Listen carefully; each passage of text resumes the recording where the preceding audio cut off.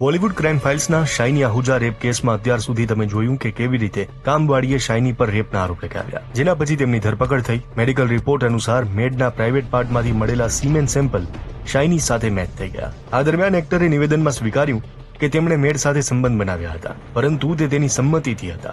એક્ટરે એમ પણ કહ્યું કે મેડ તેને પ્રેમ કરતી હતી, પરંતુ મેડિકલ રિપોર્ટમાં એક્ટર વિરુદ્ધ પુરાવા મળ્યા, જેના કારણે વારંવાર તેમની જામીન અરજી ફગાવી દેવામાં આવી. હવે ભાગ 2 માં જાણો આગળની કહાની.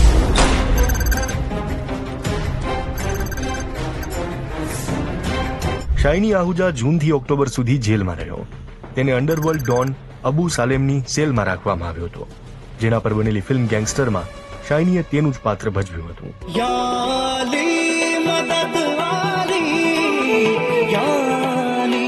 લાંબો સમય જેલમાં વિતાવ્યા બાદ 1 ઓક્ટોબરે શાઇનીને બોમ્બે હાઈકોર્ટમાંથી જામીન મળ્યા. સુનાવણી દરમિયાન એક્ટરના વકીલે કહ્યું કે ચાર્જશીટ દાખલ થઈ ચૂકી છે, તેથી હવે કસ્ટોડિયલ ઇન્ટરોગેશનની જરૂર નથી.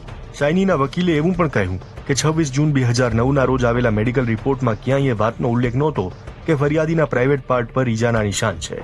જોકે બાદમાં પ્રાઇવેટ પાર્ટ અને હાયમનના લોકલ એક્ઝામિનેશનમાં સામે આવ્યું કે 3 o'clock અને 9 o'clock ટીયર હોવાના નિશાન મેડિકલ ટેસ્ટ દરમિયાન હીલ થઈ ચૂક્યા હતા. ફરિયાદી અને શાઇની આહુજાના કપડાં, રૂમની બેડશીટ, રજાઈ અને પડદામાં પણ લોહીના કોઈ નિશાન નહોતા મળ્યા. ફરિયાદીના કપડા પર જે લોહીના નિશાન હતા તે ઘણા જૂના હતા અને તેને ઘણી વખત ધોવામાં આવ્યા હતા.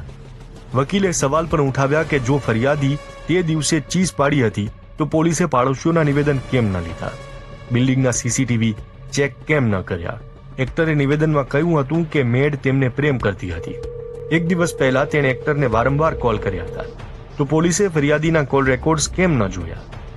સાથે જ વકીલે કહ્યું કે પોલીસે તપાસ યોગ્ય અને નિષ્પક્ષ રીતે નથી કરી.